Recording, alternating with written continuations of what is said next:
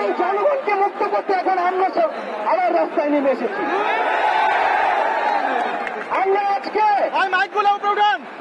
এক কথার দাবিতে আজকে এখানে হাজির হয়েছি। আমরা জীবনের নিরাপত্তা, বাংলাদেশের মানুষের জীবনের নিরাপত্তা, সমাজের ন্যায় বিচার প্রতিষ্ঠার জন্য আমরা এক দফার সিদ্ধান্তে উপনীত হয়েছি।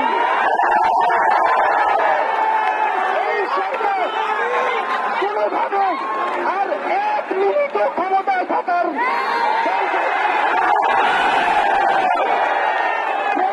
বলেছে গণভবনের দরজা খোলা আছে।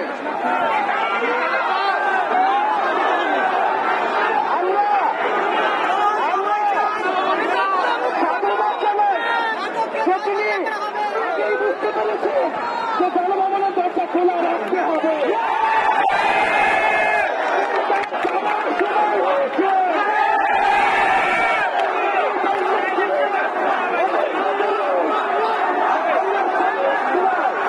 আমরা আপনাদের উৎখাত করার জন্য আসবো।